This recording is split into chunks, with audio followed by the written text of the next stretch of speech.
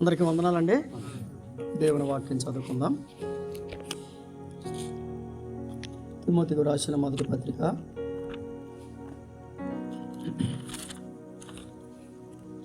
2వ అధ్యాయం 5, 6 వచనాలు మళ్ళా చదువుదాం. దేవుడు అక్కడే, దేవునికి నరులకును మధ్యవర్తియు ఒక్కడే, ఆయన క్రీస్తు యేసును నరుడు. ఈయన అందరి కొరకు విమోచన క్రయధనముగా తను తానే సమర్పించుకొనెను. దీనిని గురించిన సాక్ష్యము యుక్త కాలముల యందు ఇయ్యబడు. ప్రార్థన. ప్రేమ కలిగిన మా తండ్రి, వందనాలు, స్తోత్రాలు. నీ లేఖనాల దగ్గరికి మరి వచ్చాం. మీరు మాతో మాట్లాడి మహిమ పొందమని, కృప చూపించమని, సహాయపడమని మా ప్రభువును మా రక్షకుడైన యేసుక్రీస్తు వారి ద్వారా ప్రార్థించి వేడుచున్నాము తండ్రి. ఆమేన్. మన ప్రభువైన యేసుక్రీస్తు వారిని గురించినటువంటి సంగతులు మనం వింటూ వస్తున్నాం. ఆయన తన గురించి తాను సాక్ష్యం ఇచ్చాడు. తన గురించి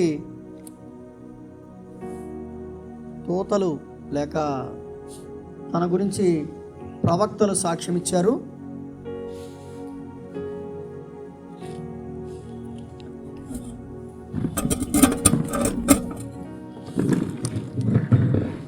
తర్వాత తన గురించి అపోస్తలులు సాక్ష్యం ఇచ్చారు. అలాగే ఆయన ఏమై ఉన్నాడో ఈ సంగతులన్నీ మనం వింటూ వచ్చాం. తర్వాత యేసుక్రీస్తు ప్రభు యొక్క 6 గుణలక్షణాలు రాత్రికాల సమయంలో మనం వింటూ వచ్చాం. ఆయన ముందుగా ఉన్నవాడని, ఆయన స్వయంభవుడని, ఆయన మార్పు లేనివాడని, ఆయన సర్వవ్యాపి అని, ఆయన సర్వజ్ఞుడని, అంత మాత్రమే కాదు ఆయన సర్వశక్తిమంతుడని మనం వింటూ వచ్చాం. అయితే పాత నిబంధన గ్రంథంలో యేసుక్రీస్తు ప్రభుకి పెట్టబడిన కొన్ని పేర్లు మనము జ్ఞాపకం చేసుకుందాం. కొత్త నిబంధన గ్రంథంలో యేసు ప్రభు వారికి కొన్ని పేర్లు పెట్టబడ్డాయి. ఆ పేర్లు మనం ఒకసారి చూద్దాం. చూడండి, నిర్గమాకాండము 3వ అధ్యాయము 2వ వచనం. నిర్గమాకాండము 3వ అధ్యాయము 2వ వచనం. ఒక పొద నడిమిని అగ్ని జ్వాలలలో యెహోవా దూత అతనికి ప్రత్యక్షమాయెను. ఇక్కడ యేసుక్రీస్తు ప్రభు వారిని ఏమని దేవుని వాక్యము మనకు బయలుపరుస్తుందంటే యెహోవా దూత. ఇక్కడ మీరు గమనించినట్లయితే మోషే మిద్యాను యాజకుడైన ఇత్రో మందను మేపుతున్నప్పుడు ఒక పొద ఉంది. ఆ పొద నడిమిని ఒక దూత ఆయనకి ప్రత్యక్షమైంది. ఆ దూత ఎలా ప్రత్యక్షమైంది అంటే, చూడండి ఎలా ప్రత్యక్షమైందంట. ఒక పొద నడిమిని అగ్ని జ్వాలలలో యెహోవా దూత అతనికి ప్రత్యక్షమైంది. అతడు చూచినప్పుడు అగ్ని వలన ఆ పొద మండుచుండెను కానీ పొద కాలిపోలేదు. చెప్పండి, ఇక్కడ యెహోవా దూత ఏం చేస్తున్నాడు? ఇక్కడ పొదను మండిస్తున్నాడు. పొదను ఏం చేస్తున్నాడు? మండిస్తున్నాడు. కానీ కాల్ చేస్తున్నాడా? ఇదే అద్భుతం. అంటే ఆయన మండిస్తాడు కానీ కాల్చడు. మండించడం అంటే ఏంటి? యేసుక్రీస్తు ప్రభువారు మండిస్తాడు, కాల్చడు. మండించడం అంటే యేసు ప్రభువారు ఈ లోకంలో ఉండగా ఆయన సిలువ వేసిన తర్వాత ఆ రాత్రి ఒక 2 శిష్యులు ఎమ్మాయి మార్గానికి వెళ్ళిపోతున్నారు. ఎమ్మాయి మార్గం గుండా వెళ్ళిపోతుండగా యేసుక్రీస్తు ప్రభువారు వారితో కూడా నడిచాడు. యేసుక్రీస్తు ప్రభువారు వారితో కూడా నడిచినప్పుడు నడిచినటువంటి వాళ్ళ యొక్క గుండా ప్రభువు కూడా వారు మాట్లాడుతున్నప్పుడు వాళ్ళు నువ్వు ఎక్కడి వరకు వెళ్ళాలయ్యా, ఈ రాత్రి మాతో ఉండకూడదా అని చెప్పేసి అడిగారు. అడిగినప్పుడు ప్రభు ఏం చేశాడంటే, సరే అయితే మీతో ఉంటాను అని చెప్పి వారితో లోపలికి వచ్చాడు. లోపలికి వచ్చిన తర్వాత ఆయన ఒక రొట్టె పట్టుకున్నాడు. రొట్టె పట్టుకుని కృతజ్ఞతాస్తుతులు చెల్లించాడు. చెల్లించే లోపులోనే వాళ్ళ కళ్ళు తెరవబడ్డాయి. వాళ్ళ కళ్ళు ఎప్పుడైతే తెరవబడ్డాయో వెంటనే ఆయన వారికి అంతర్ధానం అయిపోయాడు. అంటే దాని అర్థం ఏంటంటే అదృశ్యం అయిపోయాడు. అప్పుడు వారు అన్నమాట ఏంటంటే, ఆయన మనతో మాట్లాడినప్పుడు మన హృదయము మండుచుండలేదా? కాబట్టి మన ప్రభువు మండిస్తాడు. యోహాను గారి గురించి కూడా వ్రాయబడింది, ఆయన మండుచు ప్రకాశించుచున్న దీపమయుండెను అని వ్రాయబడింది. ఆయన ఎవరట? మండుచు ప్రకాశించుచున్న దీపమయుండెను అని వ్రాయబడింది. ఆయన యేసుక్రీస్తు ప్రభువారు మండించేవాడిగా ఉన్నాడు. కాబట్టి మండుచుండలేదా అని వారు చెప్పిన మాట విశేషంగా మనం గమనించవచ్చు. లేఖనాల్లో ఒక మాట చూడండి, లూకాసు వార్త 24:32 మాట ఉంది. ఆయన త్రోవలో మనతో మాట్లాడుచు, లూకాసు వార్త 24:32, ఆయన త్రోవలో మనతో మాట్లాడుచు లేఖనములు మనకు బోధపరచుచున్నప్పుడు మన హృదయము మనలో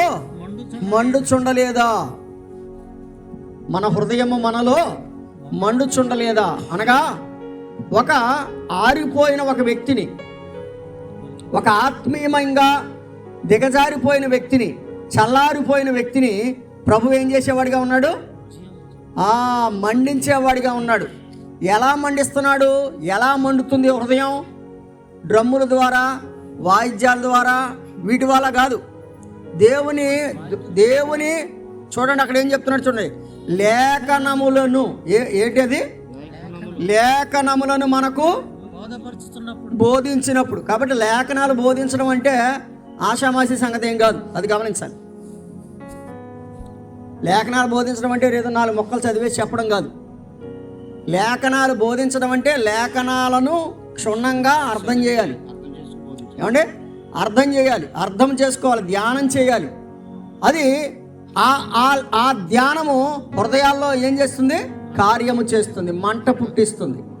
అయితే ఈ రోజున మీరు చూడండి, చాలా చోట్ల మీరు గమనిస్తున్నారు, మంట పుట్టించే విధానాలు కనిపించట్లా. మంట పుట్టదు. ఎందుకు పుట్టదంటే ఆ ధ్యానంలోనే మంటలేదు. ఆ లేఖనాల్లో మంట ఉంది, కానీ లేఖనాన్ని ధ్యానించి అందించే వ్యక్తిలో మంటలేదు. ఇక్కడ మనం చాలాసార్లు మనం చూస్తాం, యోహాను గారి గురించి కూడా ఏమని రాబడింది?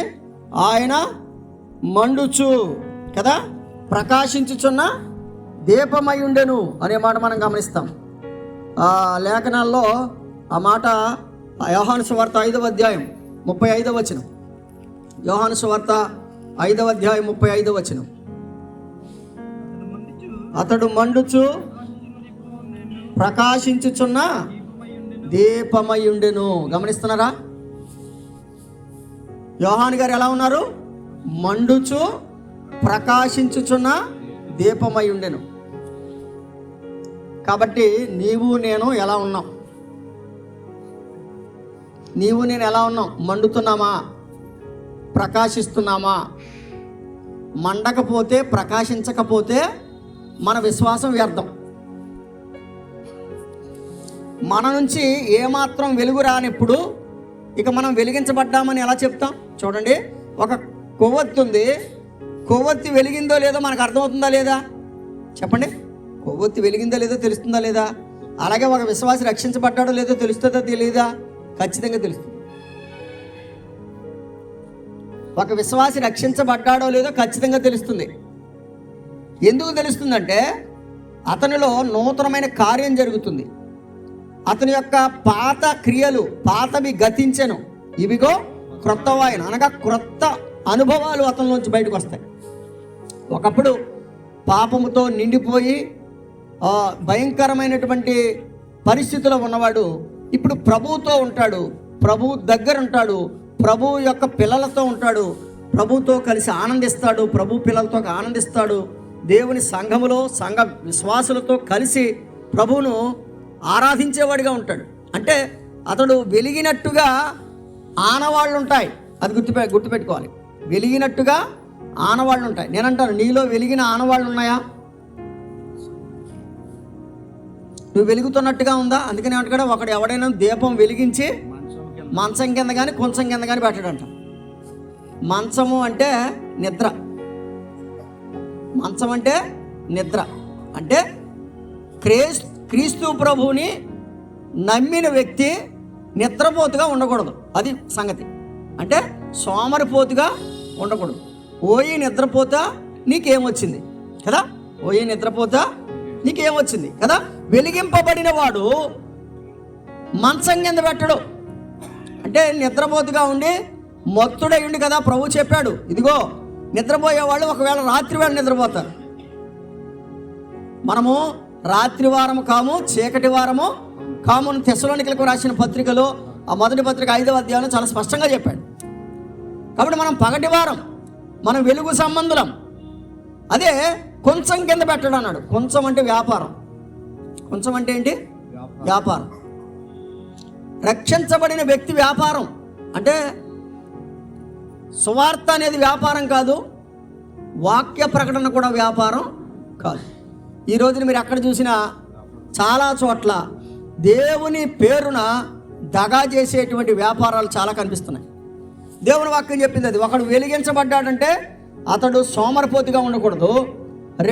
రెండవదిగా వెలిగించబడిన వ్యక్తి వ్యాపార దృక్పథంతో దేవుని పని చేయకూడదు. ఏ దృక్పథంతో? వ్యాపార దృక్పథంతో. ఒక ఆయన అంటాడు, నేను యెరూషలేము నుంచి తెచ్చాను ఈ మట్టి, చచ్చిపోయినోడు సమాధిలో ఏంటి బతికిపోతాడు అంటున్నాడు, లేదా ఆడు మోక్షం వెళ్ళిపోతాడు అంటున్నాడు. అంటే ఈయన యెరూషలేము నుంచి తెచ్చిన మట్టి ఎత్తే పరలోకానికి వెళ్ళిపోతాడా? మరి అంతకుముందు మామూలుగా పాతిపెట్టిన వాళ్ళు అందరూ పరలోకానికి వెళ్ళరా? ఏంటి ఈ విధానాలు ఏంటి? ఆలోచన చేయండి. ఇప్పుడు చాలామందికి అదే బాగుంది. ఈ నూనె వాడండి, ఈ కచ్చిపు వాడండి, ఈ బ్యాండ్ వాడండి, ఏమంటారు దాన్ని, ఫ్రెండ్షిప్ బ్యాండ్ అంట, లేకపోతే క్రిస్టియన్ బ్యాండ్ అంట. ఏంటో నాకు అర్థం కాదు. ఇవన్నీ కూడా కొంచెం, అర్థమవుతుందండి? ఇదంతా ఏంటి? కొంచెం.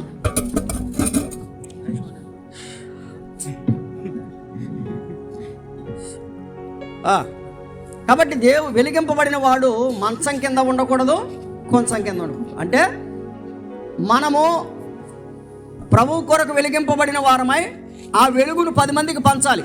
అందుకని ఏమంటాడు, కొండ మీద నుండే పట్టణం ఏమంటే మరుగై ఉండనేరదు. అలాగే దీపాన్ని వెలిగించి ఎక్కడ పెడతారంట? దీపస్తంభం మీద పెడతారు. ఎక్కడ పెడతారు? దీపస్తంభం మీద. కాబట్టి యేసుక్రీస్తు ప్రభు వారు పాత నిబంధన గ్రంథంలో మండించే దూత కదా. ఏ దూత? మండించే దూత. పొదను అడిమిన ఉన్నాడు, పొదను మండిస్తున్నాడు, కానీ పొదను కాల్చివేయడం లేదు. యేసు ప్రభువు నిన్ను నన్ను మండిస్తాడు, కానీ మనల్ని కాల్చేవాడు కాదు. ఒకవేళ ఆయన కాల్చేవాడే అయితే ఆయన ఈ లోకానికి మానవావతారంలో రావాల్సిన అవసరం లేనే లేదు. ఆయన మనల్ని శిక్షించేవాడు, లేకపోతే ఆయన మనల్ని కాల్చివేసేవాడే అయితే, లేకపోతే ఆయన మనల్ని నరకానికి పంపించేవాడే అయితే ఆయన ఈ లోకంలో మానవావతారంలో మన కొరకు రావాల్సిన అవసరము లేదు. కాబట్టి చూడండి, అక్కడ ఇశ్రాయేలు ప్రజలను విడిపించడానికి, ఇశ్రాయేలు ప్రజలను తన యొక్క బానిసత్వం నుంచి విడిపించడానికి ఆయన ఆ మిద్యాను అరణ్యములో ఆ మోషేకి మండుచున్న పొద నడిమిన యెహోవా దూత వలె కనిపించాడు. ఎలా కనిపించాడు? కాబట్టి యేసు ప్రభు వారి పేరేమని రాయబడింది? యెహోవా దూత. ఇప్పుడు యెహోషువ గ్రంథానికి రండి. యెహోషువ గ్రంథము 5వ అధ్యాయం. యెహోషువ గ్రంథం 5వ అధ్యాయం. ఇక్కడ కూడా మీకు ఒక వచనం చూపిస్తాను. 13వ వచనం. యెహోషువ గ్రంథము 5వ అధ్యాయం 13వ వచనం. యెహోషువ యెరికో ప్రాంతములో ఉన్నప్పుడు అతడు కన్నులెత్తి చూడగా దూసిన కత్తి చేత పట్టుకుని ఉన్న దూసిన కత్తి చేత పట్టుకుని ఉన్న ఒకడు అతని ఎదుట నిలిచి ఉండెను. ఒకడు అతని ఎదుట నిలిచి ఉండెను. యెహోవా ఆ యెహోవా అతని యొద్దకు వెళ్ళి యెహోషువ అతని యొద్దకు వెళ్ళి నీవు మా పక్షమున ఉన్నవాడవా, మా విరోధుల పక్షమున ఉన్నవాడవా అని అడుగగా అతడు ఆ కాదు, యెహోవా యెహోవా సేనాధిపతిగా నేను వచ్చి ఉన్నాను. ఏమండి ఇప్పుడు చెప్పండి, ఇక్కడ యేసుప్రభు వారు ఎలా కనబడుతున్నారు? యెహోవా సేనాధిపతి అన్నారా? యెహోవా దూత, మండించే దూత. ఇక్కడ యెహోవా సేనాధిపతి. సేనాధిపతి అంటే సైన్యాన్ని నడిపించేవాడు. యేసుప్రభు వారు సేనాధిపతి అని పిలువబడితే తండ్రి అని దేవుడు అని పిలువబడ్డాడు. సైన్యములకు అధిపతియగు యెహోవా. యేసుప్రభు వారు సేనాధిపతి. ఇక్కడ యెరికో పట్టణం దగ్గర, యెరికో పట్టణం సమీపంలో ఇశ్రాయేలీయులు అందరూ ఉన్నారు. యెహోషువ నాయకత్వం వహిస్తున్నాడు. అయితే అతడు కన్నులెత్తి చూచినప్పుడు అతనికి ఒక అద్భుతమైనటువంటి ఒక దృశ్యం కనబడింది. ఏమిటి ఆ దృశ్యం అంటే, ఖడ్గమును చేత పట్టుకొని ఉన్న, చూడండి, ఖడ్గమును చేత పట్టుకొని ఉన్న దూసిన కత్తి చేత పట్టుకొని ఉన్న ఒకడు. ఏమని రాయబడింది? కత్తి చేత పట్టుకున్న ఒకడు. ఎవరి ఒకడు? ఏమండి, యెహోషువ అనేది ఎదురుగా నిలబడ్డాడు. కత్తి ఉంది చేతిలో. అయ్యా, నువ్వు మా పక్షమున వాడవా, మా విరోధుల పక్షంగా ఉన్నవాడవా అని అడిగితే ఆ వ్యక్తి చెప్పిన మాట, కాదు, నేను ఎవరిని? యెహోవా సేనాధిపతిని. ఏమండి, ఎవరిని? నేను యెహోవా సేనాధిపతిని. పాత నిబంధన గ్రంథంలో యేసు ప్రభు వారు ఏమని పిలువబడ్డారు? ఏమండి, ఒక దూత అని పిలువబడ్డాడు. రెండవదిగా ఆయన యెహోవా సేనాధిపతి.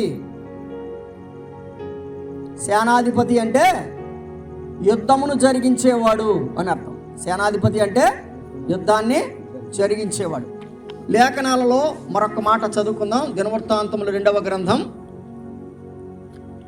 దినవృత్తాంతములు 2వ గ్రంథం 32వ అధ్యాయం 32వ అధ్యాయం 8వ వచనం చదువుదాం. చూడండి, 8వ వచనం.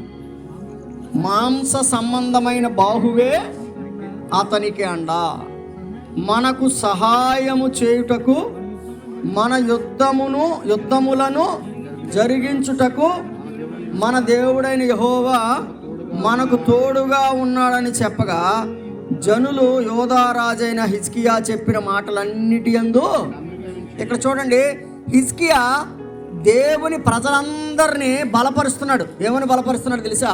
ఇదిగో మన మీదకి వచ్చిన ఒక వ్యక్తి ఉన్నాడే, సన్హెరీబు, అషూరు రాజు అయినటువంటి సన్హెరీబు ఉన్నాడే, అతనికి మాంస సంబంధమైన బాహువే అండ. శారీరకంగా ఉన్నవారు మాత్రమే అతనికి అండ, కానీ మనకండ ఎవరు? మానవ సంబంధమైన బాహువే, మాంస సంబంధమైన బాహువే అతనికి అండ. మనకు సహాయము చేయుటకు, మన యుద్ధము జరిగించుటకు. కదండి, ఎవరు? మన యుద్ధము జరిగించుటకు మన దేవుడైన యెహోవా మనకు తోడై ఉన్నాడు. కాబట్టి యేసుక్రీస్తు ప్రభువారు యుద్ధమును జరిగించేటువంటి సేనాధిపతి. ఎవరు? యుద్ధమును జరిగించే సేనాధిపతి. మన దేవుడైన యెహోవా మన పక్షంగా ఆయన ఏం చేస్తున్నాడు? యుద్ధమును జరిగిస్తున్నాడు. కాబట్టి యేసుక్రీస్తు ప్రభువారు ఆయన మనకు యుద్ధమును జరిగించే సేనాధిపతిగా ఉన్నాడు. మీకు ఒక మాట జ్ఞాపకం చేస్తాను. ప్రకటన గ్రంథం 19వ అధ్యాయం, ప్రకటన గ్రంథం 19వ అధ్యాయం 11వ వచనం. మరియు పరలోకము తెరవబడి ఉండుట చూచి తిని, అప్పుడు ఇదిగో తెల్లని గుర్రం ఒకటి కనబడెను. దాని మీద కూర్చుండి ఉన్నవాడు, పెట్టుకోండి, అండర్లైన్ చేసుకోండి. దాని మీద కూర్చుండి ఉన్నవాడు నమ్మకమైన వాడును సత్యవంతుడును అను నామము గలవాడు. ఆయన నీతిని బట్టి విమర్శ చేచు యుద్ధము జరిగించుచున్నాడు. కదండి, ఎవరు? ప్రభు అయిన యేసుక్రీస్తు వారు ఏం జరిగిస్తున్నాడు? యుద్ధము జరిగిస్తున్నాడు. యెహోషువతో ఏం చెప్పాడు? నేను యెహోవా సేనాధిపతిని, నేను యెహోవా సేనాధిపతిని, అనగా నీ పక్షంగా నా పక్షంగా యుద్ధం జరిగించడానికి ఆయన ఈ లోకానికి వచ్చాడు. అమ్మాయి వినండి, ఇక్కడ చాలా విశేషమైన సంగతి ఏంటంటే, మనందరికీ శత్రువు మరణం. మనందరి శత్రువు ఏంటి? మరణం. అంటే ఇక ప్రపంచంలో ఏది మనకు శత్రువు కాదు. నిజంగా చెప్పాలంటే మన శత్రువు ఎవరంటే మరణం. కాబట్టి ఈ మరణాన్ని ఏ ఒక్కడు జయించలేకపోతున్నాడు. ఈ మరణాన్ని సాధువులు కానీ లేకపోతే చాలా భక్తిపరులు కానీ స్వాములు కానీ ఎవ్వరు కూడా ఈ మరణాన్ని జయించలేకపోయారు. అందువల్ల మరణాన్ని జయించడానికి, మరణం మీద యుద్ధం చేయడానికి, మరణాన్ని జయించి తిరిగి లేవడానికి, మరణపు ముళ్ళును విరవడానికి, యుద్ధము జరిగించడానికి యేసు ప్రభువారు యెహోవా సేనాధిపతిగా ఈ లోకానికి దిగివచ్చాడు. హెబ్రీలకు రాసిన పత్రిక 2వ అధ్యాయం 14వ వచనం. హెబ్రీలకు రాసిన పత్రిక 2వ అధ్యాయం 14వ వచనం. కాబట్టి ఆ పిల్లలు రక్తమాంసములు గలవారైనందున ఆ ప్రకారమే మరణము యొక్క బలము గలవానిని, అనగా అపవాదిని మరణము ద్వారా, విన్నారండి, మరణము ద్వారా నశింపజేయుటకును జీవిత కాలమంతయు మరణ భయము చేత దాస్యమునకు లోబడిన వారిని విడిపించుటకును ఆయన కూడా రక్తమాంసములలో, గమనిస్తున్నారా, మనలను మరణము నుండి విడిపించడానికి, శత్రువైన మరణము నుండి విడిపించడానికి, ఈ ప్రపంచంలో ఉన్న ప్రతి మానవుణ్ణి మరణం అనేటువంటి బంధకాల నుంచి విడిపించడానికి ఆయన కూడా రక్తమాంసములలో పాలుపడాడు. కదండి, ఆయన రక్తమాంసాలలో పాలుపడాడు. ఇప్పుడు యేసు ప్రభువారు దేంతో యుద్ధం చేయడానికి వచ్చాడు? చెప్పండి. మరణంతో యుద్ధం చేయడానికి వచ్చాడు. ఓ మరణమా, నీ ముళ్ళు ఎక్కడ? కదా, మరణాన్ని జయించాడు, మృతిని జయించాడు. మరణాన్ని జయించి మృతిని జయించి తిరిగి లేచాడు కదా. లేచినాడు రా సమాధి గెలిచినాడు రా యేసు, లేచినాడు రా సమాధి గెలిచినాడు రా కదా. సమాధిని గెలిచిన వాడు ఈ ప్రపంచంలో ఎవరైనా ఉన్నారా అంటే ప్రభు అయినా యేసుక్రీస్తు. కాబట్టి ఈయన ఎవరు? యెహోవా సేనాధిపతి కదా. ఇప్పుడు హెబ్రీ పత్రిక కూడా రండి. హెబ్రీ పత్రిక 12వ అధ్యాయం. హెబ్రీ పత్రిక 12వ అధ్యాయం 2వ వచనం చదువుదాం, చూడండి. హెబ్రీ పత్రిక 12వ అధ్యాయం 2వ వచనం. ఇట్టి గొప్ప సాక్ష్య సమూహము మనలను ఆవరించి ఉన్నందున మనము కూడా ప్రతి భారమును సిలువుగా చిక్కులు పెట్టు పాపమును విడిచిపెట్టి, ఫుట్ నోట్లు ఏముందో చూడండి. విశ్వాసమునకు కర్త. ఇప్పుడు యేసు ప్రభువారు ఎవరు? విశ్వాసానికి సేనాధిపతి. వింటారా? విశ్వాసులందరి సేనాధిపతి, విశ్వాసానికి సేనాధిపతి ఎవరు? ప్రభు అయినా యేసుక్రీస్తు. పాత నిబంధన గ్రంథంలో యేసు ప్రభువారు ఎలా కనిపించాడంటే దూతగా కనిపించాడు. రెండవదిగా సేనాధిపతిగా కనిపించాడు. అంటే నీతిని బట్టి ఆయన యుద్ధం జరిగించేవాడిగా కనిపిస్తున్నాడు. అంత మాత్రమే కాదు, ఆయన మరణాన్ని జయించడానికి, ఆయన శత్రువైన మరణాన్ని జయించడానికి ఈ లోకానికి మానవుడిగా ఈ లోకానికి వచ్చాడు. బైబిల్లో ఎలా చెప్పబడింది? ఆయన విశ్వాసమునకు సేనాధిపతి. దేనికి సేనాధిపతి? విశ్వాసానికి సేనాధిపతి. ఒక మాట కన్నా చెప్పమంటారా? ఇప్పుడు మన సేనాధిపతి యేసు ప్రభువా, మన సేనాధిపతి సాతానుడా? చూసుకోండి. యేసు ప్రభువు నీ సేనాధిపతి అయితే నీకు అపజయం లేదు. భూలోకంలో కొన్ని నీరసాలు రావచ్చు, అనారోగ్యాలు, కొన్ని ఇబ్బందులు, కొన్ని ఆర్థిక సంబంధమైన ఇబ్బందులు ఏమో రావచ్చు. కానీ యెహోవా నీ సేనాధిపతి అయితే, యేసు ప్రభు నీ సేనాధిపతి అయితే నీకు విశ్వాస జీవితంలో ఓటమి లేదు. పరలోక రాజ్య ప్రవేశానికి డోకా లేదు, నిత్య జీవానికి డోకా లేదు. గమనిస్తున్నారా? అదే సమయంలో నీవు సాతాను యొక్క సైన్యంలో నీవు ఉంటే, బైబిల్ ఏం చెప్పబడింది కదా, సాతానుకును వాని దూతలకును ఏర్పరచబడిన నిత్యాగ్నిలోనికి పొండి అని వ్రాయబడుతుంది. కాబట్టి సాతాను సేనాధిపతి, మనకి ప్రభువు సేనాధిపతి. కాబట్టి బైబిల్ చెప్తుంది ఆయన విశ్వాసానికి సేనాధిపతి. దేనికి సేనాధిపతి?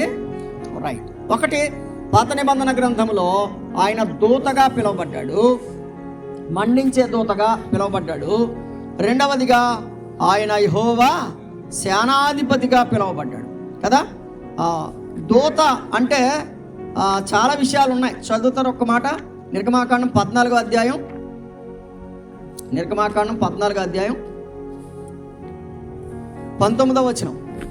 అక్కడ రాయబడింది ఏంటంటే, నిర్గమాకాండం 14వ అధ్యాయం 19వ వచనంలో ఏమని రాయబడిందంటే, అప్పుడు ఇశ్రాయేలీయుల ఎదుట సమూహమునకు ముందుగా నడిచిన దేవదూత వారి వెనుకకు పోయి వారిని వెంబడించాను. కనుక ఇశ్రాయేలీయులకు ముందును వెనకను ఉన్నటువంటి దూత,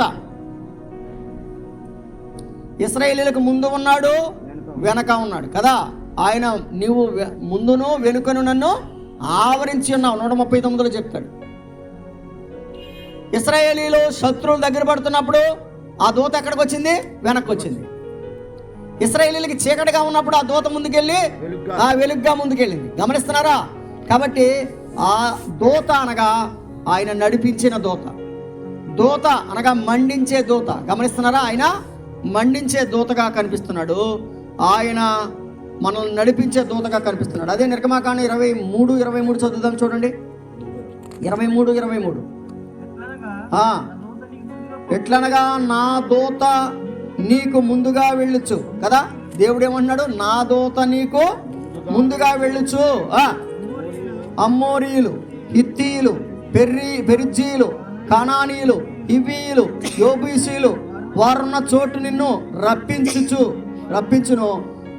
నేను వారిని సంహరించేదను కదా. గమనిస్తున్నారా?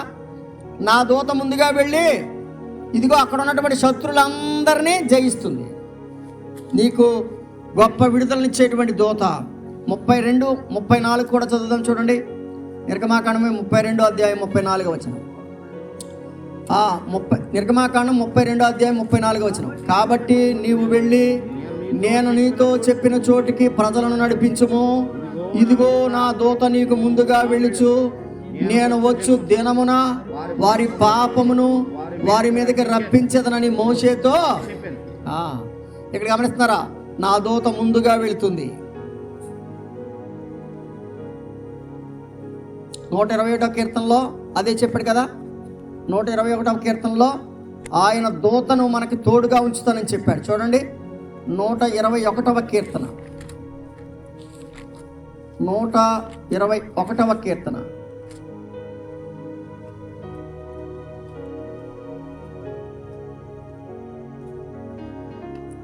నిన్ను కాపాడువాడు కదా. 3వ చరణం. ఆయన నీ పాదమును తొట్టిల్లనియ్యడు కదా. ఆయన నిన్ను కాపాడువాడు కునుకడు, ఇశ్రాయేలును కాపాడువాడు కునుకడు. యెహోవాయే నిన్ను కాపాడు. పగలు ఎండ దెబ్బ అయినను నీకు తగులదు, రాత్రి వెన్నెల దెబ్బ అయినను నీకు. రాత్రి వెన్నెల దెబ్బ ఏ అపాయము రాకుండా యెహోవా నిన్ను. గమనిస్తున్నారా? ఆయన దూతగా మనకున్నాడు. అంత మాత్రమే కాదు, ఆయన సేనాధిపతిగా మనకున్నాడు కదా. ఏమండి? ఎలా ఉన్నాడు? సేనాధిపతిగా ఆయన మనకున్నాడు. అంత మాత్రమే కాదు, ఆయన ఆ దూత ఎవరని అపోస్తలుడైన పౌలు చెప్పాడు చూడండి.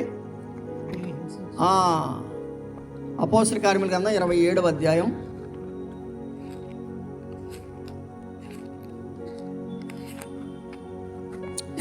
27వ అధ్యాయం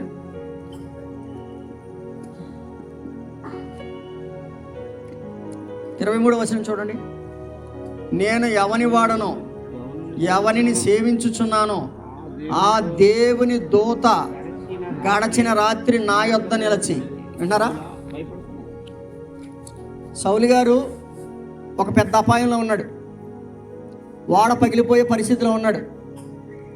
అయితే వాడ పగిలిపోయే పరిస్థితిలో ఉండగా దేవుడు తన దూతను పంపించాడు. ఏమని పంపించాడు తెలుసా? ఇదిగో సౌలా, ఏం చేయొద్దన్నాడు? భయపడకము, నీవు కైసరు ఎదుట నిలవవలసి ఉన్నది. ఇదిగో నీతో కూడా వాడలో ప్రయాణమైపోచున్న వారందరినీ దేవుడు నీకు అనుగ్రహించి ఉన్నాడని నాతో చెప్పండి.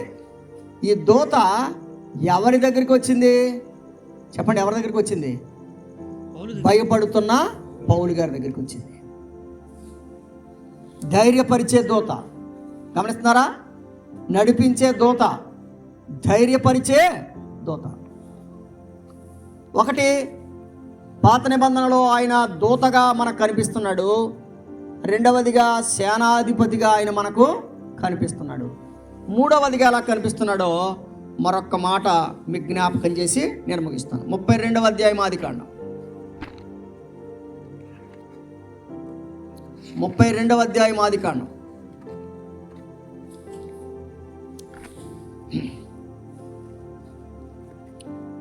24వ వచనం. యాకోబు ఒక్కడు మిగిలిపోయెను, ఒక నరుడు తెల్లవారు వరకు అతనితో. ఎవరన్నీనా? ఒక నరుడు. 3 మాటలు గుర్తుపెట్టుకోండి. యెహోవా దూత, 2 యెహోవా సేనాధిపతి, 3 ఒక నరుడు. ఒక నరుడు. యాకోబు ఒక్కడ ఉండిపోయాడట, ఒక నరుడు. గమనించండి, మోషే దగ్గర ఒక దూత, యెహోషువ దగ్గర ఒక సేనాధిపతి, పౌలు దగ్గర ఒక దూత కదా. ఇక్కడ చూడండి, ఇక్కడ యాకోబు దగ్గర ఒక నరుడు. ఎవరా నరుడు కదండి? మన అందరం చదువుకున్నాం కదా. మరో చదవండి, తిమోతి మొదటి పత్రిక. దేవుడు ఒక్కడే, దేవునికిని నరులకును మధ్యవర్తియు ఒక్కడే, ఆయన క్రీస్తు యేసును నరుడు. యేసు ప్రభు వారు ఎలా పిలువబడుతున్నారు ఇక్కడ? ఒక నరుడు. ఆ నరుని పేరేంటి? క్రీస్తు యేసు. తిమోతి మొదటి పత్రిక 2:5 మాట మరలా చదువుతాం. దేవుడు ఒక్కడే, దేవునికి నరులకును మధ్యవర్తియు ఒక్కడే, ఆయన క్రీస్తు యేసును నరుడు.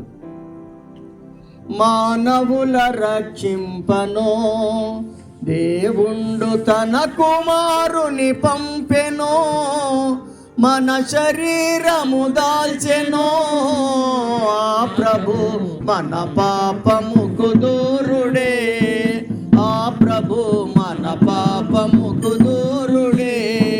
దేవుని ప్రేమ ఇదిగో, జనులార భావంబు నన్ను తెలియరే, కేవలము నమ్ముకొని నా పరలోక జీవంబు మన కప్పును, పరలోక జీవంబు మన కప్పును.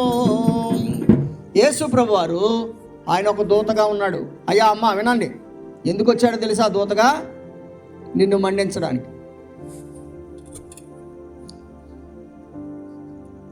కొడిగట్టిపోయిన నిన్ను, బొగ్గుబారిపోయిన నిన్ను, పొగసూరిపోయిన నిన్ను మరలా తిరిగి మండించడానికి ఆయన ఈ లోకానికి వచ్చాడు.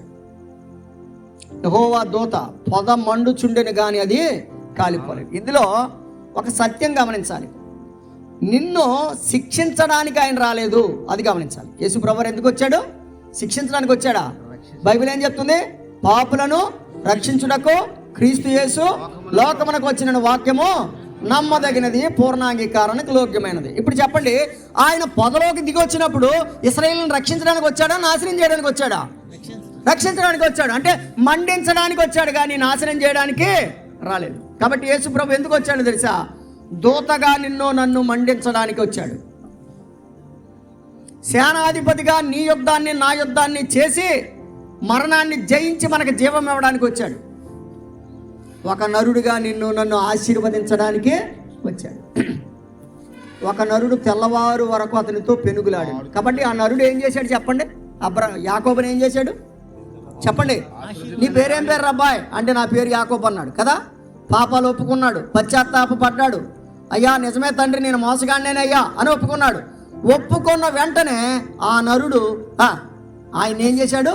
ఇక నీ పేరు ఇశ్రాయేలే అన్నాడు. ఇశ్రాయేల్ గారి ఇంటి దగ్గర ఇశ్రాయేలే అన్నాడు. అర్థమైందా? గమనిస్తున్నారా? ఇక నీ పేరు ఏమన్నాడు? ఇశ్రాయేలే అన్నాడు. ఎలాగ ఇశ్రాయేల్ అయ్యాడు? నరుడుగా వచ్చి ఆ నరుడు తెల్లవారు వరకు పెనుగులాడి, నాయనా నేను పాపిని, నా పాపాలు క్షమించమని అడగగానే వెంటనే తన జీవితాన్ని మార్చివేశాడు, తన పరిస్థితిని మార్చివేశాడు. అద్భుతమైనటువంటి ఆశీర్వాదాలు యాకోబు జీవితంలో దేవుడు ఇచ్చాడు, ఇశ్రాయేలుగా మార్చాడు. ఆయన మార్చగలిగిన సమర్థుడు. మరలా చెప్తున్నాను, దూతగా వచ్చాడు, మండించాడు.